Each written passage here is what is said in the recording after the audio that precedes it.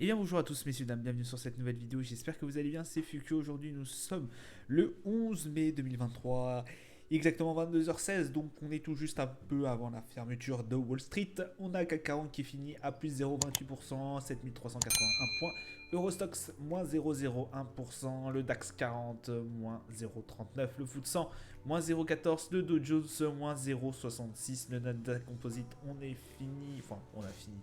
On est proche de la stabilité. Plus 0,18, le Nikkei 225, plus 0,02, le pétrole Brent 75,50$. Il remonte quand même un peu hein, au fur et à mesure du. Ah non, pardon, excusez-moi, moins 1,42%. Il est à 77$, c'est vrai. Hier, le 11 d'or descend lui aussi un peu, hein, 2014 dollars. Voilà, le 11 d'or. L'euro USD 1,092, le Bitcoin 26 906$. On est descendu en dessous de la barre des 27 000. Au niveau des palmarès CSRD, on a Ginseng Biolo qui fait plus 20,90%, Abionics Pharma plus 12,17%, Metabolic Explorer plus 11%. Au niveau des fortes baisses, on a Solocal Group moins 7,85%, Ferment Lag moins 8,95%, pardon, et Claranova qui fait un moins 10,88%. Aujourd'hui, on a eu bon déjà tout ce qui est contexte, voilà, enfin sur inflation forcément parce qu'on a eu les résultats hier de l'inflation américaine. On a voilà toujours deux écoles qui s'affrontent, ceux qui disent bon bah voilà l'inflation descend et tant mieux. On avait prévu qu'elle descende enfin moins fort que ce qu'on avait ce que la publication a montré. Donc on attendait 5% je crois, on est à 4,9. Donc voilà, et tout le monde, enfin certains applaudissent ce résultat. Et d'autres qui ont cherché encore plus en profondeur, qui vont nous dire forcément que c'est dû notamment à la chute de l'énergie, voilà, du prix de l'énergie, surtout du pétrole. Il y a tous un contexte qui est différent. Ils s'appuient énormément sur des chiffres et aussi ils disent que la hausse des taux forcément est trop forte et que même si l'inflation descend assez vite, qui descend, pardon, on est prêt pour l'instant, en tout cas, à sacrifier l'économie contre l'inflation. En fait, c'est surtout ça qu'ils ont vraiment peur. Donc voilà, il y a deux écoles qui s'affrontent, donc forcément pour eux, les marchés sont toujours un peu trop, comment vous dire, un peu trop optimiste par rapport à la situation économique qu'il y a. Donc voilà, ça reste un contexte assez compliqué. Deux écoles s'affrontent. Donc forcément, après la lecture des chiffres publiés hier aux États-Unis. On a eu aussi une grosse chute à Wall Street. On a eu notamment Disney. Disney qui a publié son rapport, enfin qui a publié son chiffre trimestriel. Du coup, on a une baisse inattendue du nombre d'abonnés à Disney Plus. Du coup qui a fait énormément en pâtir. Alors déjà que je crois que la fois dernière ça n'avait pas été très bon au niveau de Disneyland, effectivement à cause de Disney+, puisqu'effectivement ils s'en sortent pas forcément. Les licences coûtent extrêmement cher, on a quand même Star Wars dedans, on a quand même des grosses, des Marvel, voilà, on a vraiment des grosses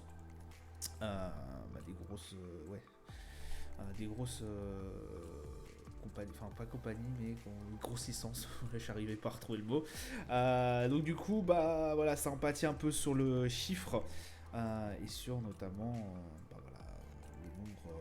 le nombre d'abonnés forcément qui diminue et Disney Plus, voilà, qui coûte je crois de tête plus cher à Disney que ce qu'il ne rapporte. Ou en tout cas, pour l'instant, c'est assez compliqué. Et oui, dans le milieu du streaming, il y a beaucoup. Il y a Amazon Prime, il y a Disney+, il y a Netflix. Voilà, on est quand même pas mal. Salto, hein, on se rappelle de Salto. Salto qui était le streaming français a duré moins d'un an, je crois. Je sais plus combien de temps il a duré.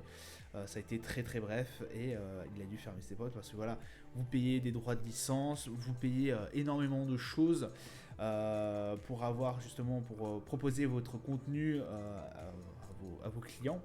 Le souci, c'est que forcément derrière, il faut que vous ayez un certain nombre de clients pour que la machine elle tourne et puis que vous puissiez payer les licences et puis toujours avoir un contenu qui se renouvelle, j'ai envie de vous dire. C'est vrai que là c'est de plus en plus compliqué. On voit que Netflix notamment avait fourni un contenu qui était beaucoup plus garni parce qu'effectivement Netflix, ils ont la possibilité notamment de filmer, de faire leur propre film en fait, une création de Netflix, j'ai envie de vous dire, et voilà, de pouvoir leur sortir sur leur propre plateforme. Je pense notamment à Tyler Lake, etc., etc. Certains films comme ça, où vous pouvez regarder cela uniquement sur Netflix, puisque c'est un film Netflix. Voilà. On a eu aussi grosse annonce au niveau de l'IA, maintenant que je regarde ça. Une nouvelle version de son moteur de recherche, du coup, qui est fait par Alphabet, dont on a eu les résultats il y a quelques semaines, qui s'est très très bien porté. Enfin, qui s'est très très bien porté. Bien porté, moins bien que Microsoft forcément qui développe aussi tout ce qui est l'IA avec son chat GPT. Donc du coup, Google a essayé essaye de concurrencer, j'ai envie de vous dire, son... Voilà, essaye de concurrencer ChatGPT. Bon voilà, il a lancé hier dans 180 pays un chatbot d'intelligence artificielle générative nommé Bard du coup, voilà, en charge de forcément concurrencer, parce que là voilà, s'il laisse en fait, si Alphabet laisse ChatGPT voilà, prendre la marche comme ça, prendre des informations, enfin se développer, il est possible que ça soit en tout cas un killer, un Google killer.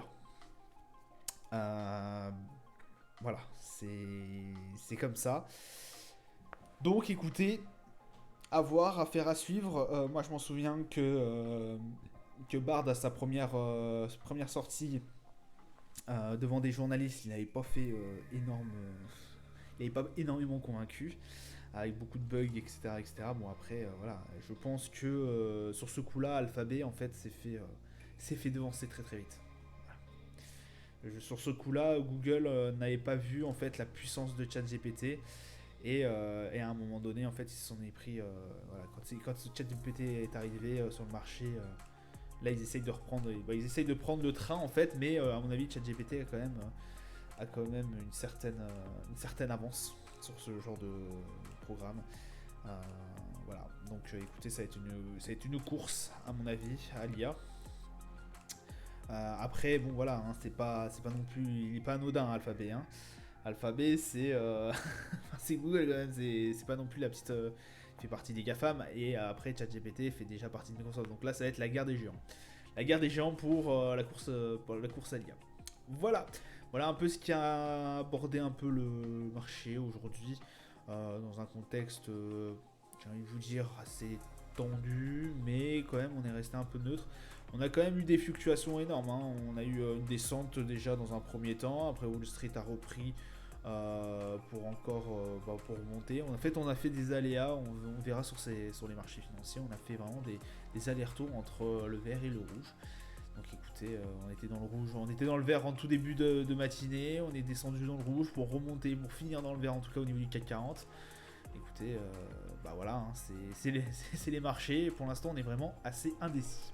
Au niveau du calendrier d'annonce économique, aujourd'hui on a eu le taux d'inflation du coup au niveau de la Chine qui du coup est moins fort que ce qu'on attendait, 0,4%, on est à 0,1%. Au niveau de la décision des taux d'intérêt, bien comme il fallait, c'est-à-dire 25 points de base au niveau de la BOE, de la Banque Centrale anglaise. Pardon, j'ai eu du mal. Du coup, voilà, c'est ce qu'on attendait, on tablait ça sur un 25 points de base, donc ce qui a été annoncé. Le PPI, on a eu un PPI qui a été plus faible que ce qu'on attendait. On attendait un 0,3%, on a eu qu'un 0,2%. C'est aussi pour ça que les marchés ont un peu pricé, enfin un peu, voilà, ils ont reculé, les vendeurs ont repris la main dessus. En tout cas, au niveau de 14h30, 15h. On descendait un peu, et puis c'est vraiment quand les marchés européens nous ont lâché que ça a un peu revenu à la hausse, et on a fini par clôturer à peu près sur ces niveaux-là. Enfin, sur certains niveaux, voilà, qu'on verra par la suite sur les graphiques. Demain, on aura l'indice des confiances des consommateurs au niveau de l'Australie. Le PIB, beaucoup de choses, hein, notamment les PIB. Croissance du PIB, taux de croissance en glissement trimestriel au niveau de la Grande-Bretagne. Donc voilà, à suivre à 8h. Et bien évidemment le Michigan Consumer Sentiment, l'indice Michigan du coup des consommateurs qui sera à 16 h au niveau des US, donc à regarder d'assez près aussi. Indice qui est assez regardé par la Fed. Voilà. Au niveau des marchés, on a un CAC 40 du coup qui a clôturé la séance parce que là, voilà, bon, il nous reste 4 minutes, vous m'en excuserez. On est proche des 7400 points, on est à 7391, j'ai envie de vous dire, un RSI à 49, donc un RSI qui est voilà, stable, on est dans la moyenne. Un MACD en tendance baissière, par contre là, ouais, vraiment, on va peut-être assister à un changement de tendance. Donc méfiance aussi au niveau du CAC 40. On n'a pas réussi à clôturer au-dessus des 7400. Bon, on est aux alentours, j'ai envie de vous dire, on n'est pas très loin. Très peu de choses près, j'ai envie de vous dire. Regardez cette séance qui a vraiment été assez folle.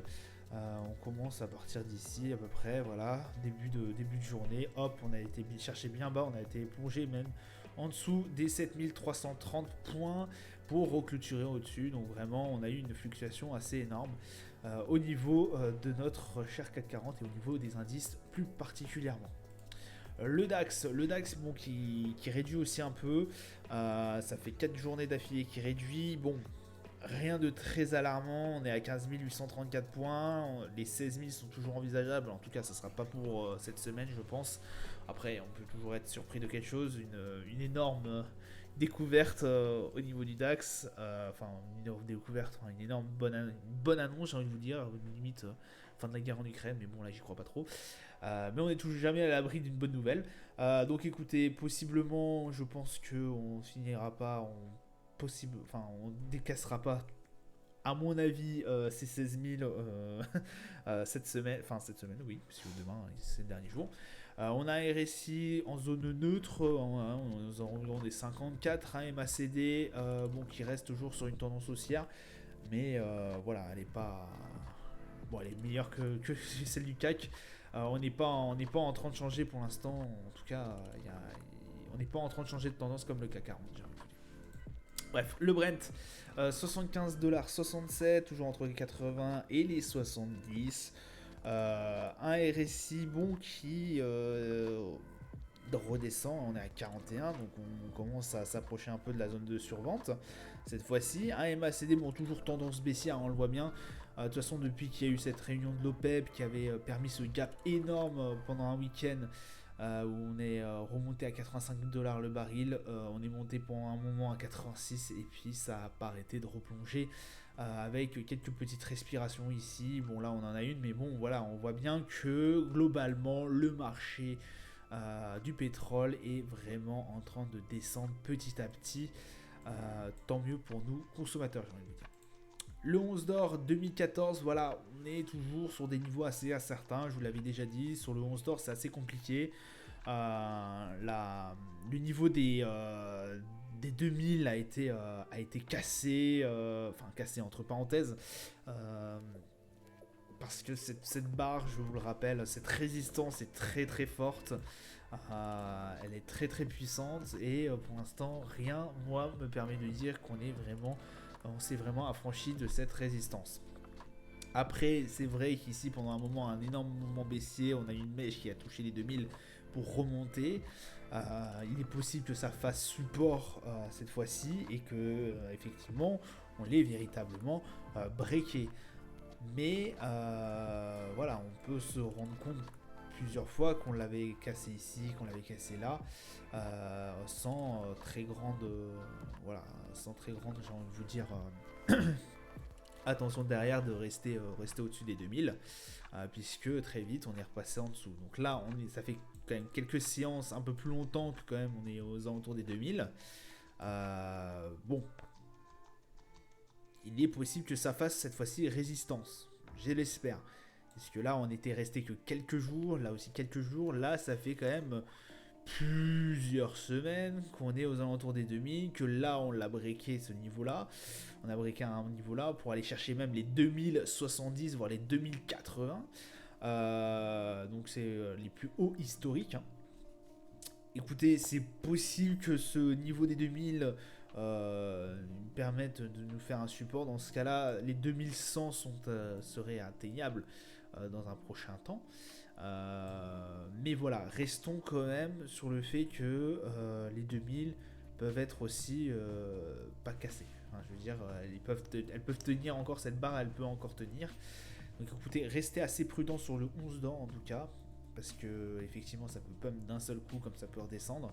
Ça va aller selon les fluctuations, j'ai envie de vous dire, des annonces, de ce qui se passe, en fait, du sentiment économique global, parce que pourquoi le 11 d'or remonte comme ça, c'est avec justement tout ce qui est problème au niveau bancaire. On a encore vu aujourd'hui, alors aujourd'hui je ne me rappelle plus, on a eu des doutes, on a une banque qui a perdu moins 20%, je ne me rappelle plus sur laquelle c'est, vous m'en excuserez du nom. Mais voilà, il y en a une qui a perdu 20% en cotation. On a des petits doutes quand même sur certaines banques. On reste prudent sur les banques régionales. On sait que si certaines ferment, ça peut faire très mal aux banques nationales. Enfin bref, ça peut très vite dégénérer. On a ça, on a toujours le contexte en Ukraine. On a vraiment certains indicateurs nous montrent aussi commence à être une faiblesse un peu de l'économie mondiale. La Chine qui a du mal à redémarrer, alors que pourtant au tout début ça promettait que monts et merveilles. Bon écoutez, pour l'instant, restons assez prudents quand même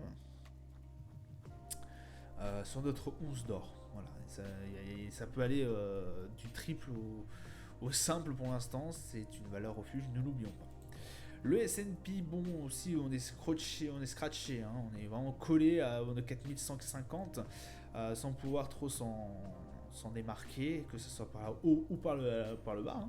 Hein. 4130, bon écoutez, une journée comme j'ai envie de vous dire assez volatile, hein, comme le CAC et le DAX. Bon voilà, pas grand chose d'autre à dire. RSI 53 et un MACD voilà, qui est une toute petite tendance haussière, mais vraiment très très peu. Écoutez, à voir par la suite. Le Nasdaq, par contre, lui se décroche. Hein. Le Nasdaq, lui, il est vraiment parti pour aller chercher les plus hauts. Enfin, les plus hauts, peut-être pas abusé non plus, mais en tout cas, il s'est détaché de nos 13 000 et ça fait très plaisir à voir. Bon, prochaine, on a eu un sommet qui a été fait le 15 août au niveau des 13 715.